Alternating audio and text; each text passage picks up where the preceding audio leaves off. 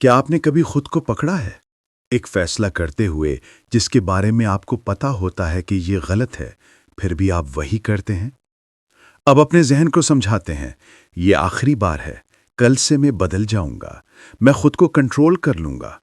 لیکن بدلتا کچھ نہیں۔ کیوں؟ کیا آپ واقعی کمزور ہیں؟ یا آپ کے اندر کوئی ایسی طاقت چھپی ہوئی ہے جو آپ کو آپ کے اپنے خلاف استعمال کرتی ہے؟ آج میں آپ کو وہ راز بتانے والا ہوں جو لوگ بتاتے نہیں، کیونکہ وہ خود اس جنگ کو نہیں سمجھتے۔ یہ نفس ہے، اور اس کی جنگ سب سے مشکل جنگ ہے، کیونکہ آپ کا دشمن آپ کے اندر ہے اور آپ کو وہ اپنا دوست لگتا ہے۔ جدید نیورو سائنس ایک دلچسپ بات کرتی ہے۔ دماغ کے اندر ایک حصہ ہے جسے لمبک سسٹم کہتے ہیں۔ یہ وہ جگہ ہے جہاں آپ کی خواہش، لالچ، غصہ، جذبات، فوری خوشی کی چاہت سب بنتے ہیں۔ یہ سسٹم ہمیشہ شارٹ ٹرم ریوارڈ چاہتا ہے۔ دوسری طرف پری فرنٹل کارٹیکس ہے۔ یہ لانگ ٹرم سوچتا ہے، مستقبل دیکھتا ہے، نقصان اور فائدہ تولتا ہے اور خود کو کنٹرول کرتا ہے۔ جب آپ کوئی غلط کام کرنے لگتے ہیں، لمبک سسٹم کہتا ہے کر لو، مزہ آئے گا، کوئی مسئلہ نہیں۔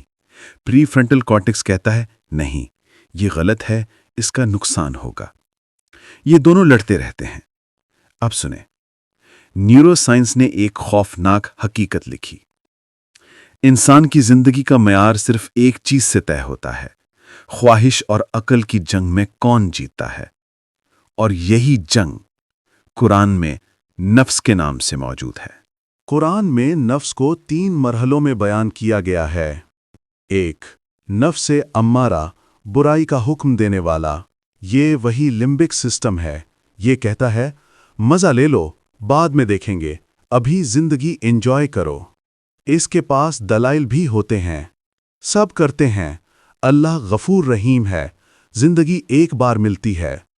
قرآن کہتا ہے نفس تو ہمیشہ برائی کا حکم دیتا ہے۔ دوسرا، نفس لوامہ، ملامت کرنے والا۔ یہ وہ لمحہ ہے جب آپ گناہ کر کے شرمندہ ہوتے ہیں، میں ایسا کیوں کرتا ہوں، میں بہتر بن سکتا ہوں۔ یہ وہ مقام ہے جہاں جنگ شروع ہوتی ہے۔ تیسرا، نفس مطمئنہ، اطمینان والا۔ یہ منزل انبیاء، اولیاء اور مضبوط انسانوں کی ہے۔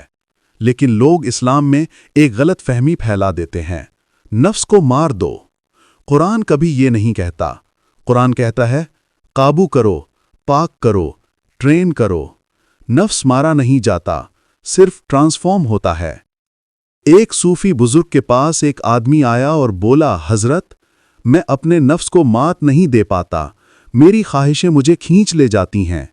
بزرگ اسے ایک پہاڑی پر لے گئے، اوپر جا کر کہا کہ ایک بڑی چٹان اٹھاؤ اور نیچے پھینک دو۔ اس نے پھینک دی، چٹان لڑکتی ہوئی نیچے چلی گئی۔ بزرگ بولے دیکھا، چٹان نیچے جانا چاہتی ہے، یہ اس کی فطرت ہے، نفس بھی اسی طرح نیچے لے جانا چاہتا ہے۔ پھر بزرگ نے کہا اب وہ چٹان واپس اوپر لے آؤ۔ آدمی نے کہا یہ تو ناممکن ہے، بہت بھاری ہے۔ بزرگ مسکرائے، بیٹا، نفس کو قابو کرنا اسی طرح ہے، یہ نیچے دھکیل دے تو آسان، مگر اوپر لانا مشکل۔ مگر اگر تم روز تھوڑا تھوڑا زور لگاؤ گے تو ایک دن یہ چٹان حرکت کرنے لگے گی، اور ایک دن یہی نفس تمہاری اطاعت میں آ جائے گا۔ اسٹینفورڈ یونیورسٹی کی ریسرچ کہتی ہے سیلف کنٹرول کو مسلز کی طرح ٹرین کیا جا سکتا ہے۔ روز 2% کوشش، 30 دن میں 60% کنٹرول بہتر۔ یعنی آپ اپنے نفس کو آج شروع کریں تو 1 مہینے میں نوٹسبل فرق آئے گا۔ یہ قرآن کے تزکیہ کے بالکل برابر ہے۔ تزکیہ یعنی روز کی مشق، روز کی صفائی، روز کی جنگ۔ یہ وہ بات ہے جو لوگ آپ کو نہیں بتاتے۔ نفس کبھی چھٹی نہیں کرتا۔ آپ نیکی کرتے ہیں، یہ اندر سے کہتا ہے واہ تم تو بہت اچھے ہو، دوسرے تم سے کم ہیں۔ آپ گناہ چھوڑتے ہیں، یہ کہتا ہے اب تم بہت پاک ہو، تھوڑا سا کچھ رونگ کر لو، کوئی بات نہیں۔ یعنی نفس شیپ بدلتا ہے مگر مرنے کا نام نہیں لیتا۔ اسی لیے قرآن کہتا ہے اپنے نفس کو پاک کرو، کامیاب ہو گیا۔ پاک کرو یعنی کنٹینیوس پروسیس، مارو یعنی امپاسبل۔ ایک مرتبہ ایک مرید نے اپنے پیر سے پوچھا حضرت، میں نے دنیا چھوڑ دی، گناہ چھوڑ دیے، عبادت بڑھا دی، پھر بھی سکون نہیں ملتا، کیوں؟ پیر نے ایک کٹورا لیا، اس میں پانی ڈالا اور تھوڑا سا نمک ڈال کر کہا، پی لو۔ مرید نے پیا اور بولا، حضرت بہت کڑوا ہے۔ پیر نے کہا، یہ تمہارا نفس ہے، تھوڑا سا بھی ڈالو زندگی کڑوی ہو جاتی ہے، اب میرے ساتھ آؤ۔ وہ اسے دریا کنارے لے گئے، پانی میں نمک ڈالا اور کہا، اب پی لو۔ مرید نے پیا اور بولا، یہ تو بالکل صاف ہے۔ پیر بولے، دل کو دریا بنا لو، نفس اس میں حل ہو جائے گا اور تمہاری زندگی کی تلخی ختم ہو جائے گی۔ لیکن اگر دل کٹورے کی طرح تنگ ہوا تو نفس کا ایک ذرہ بھی تمہیں تباہ کر دے گا۔ یہ 4 سسٹمز اگر روز کریں نفس کمزور ہونے لگے گا۔ مائکرو ریزسٹنس، روز ایک چھوٹی خواہش کو نہ مانے، 5 منٹ موبائل کم، 1 لقمہ کم، 1 غصہ روک لینا، 1 جھوٹ اوائڈ کرنا۔ یہ مائکرو کنٹرول میکرو پاور بن جاتا ہے۔ ڈیلی سیلف ریویو، رات کو 2 سوال، آج میں جیتا یا میرا نفس؟ کل کس جگہ مضبوط ہوں گا؟ جو لوگ یہ کرتے ہیں 3 مہینے میں بدل جاتے ہیں۔ ڈیلیڈ گریٹیفیکیشن، نفس ابھی چاہتا ہے، آپ کہیں بعد میں، یہ بعد میں نفس کی ٹانگیں توڑ دیتا ہے۔ سول فاسٹنگ، ہفتے میں 1 دن جس چیز کی لت ہو اس سے روزہ رکھو۔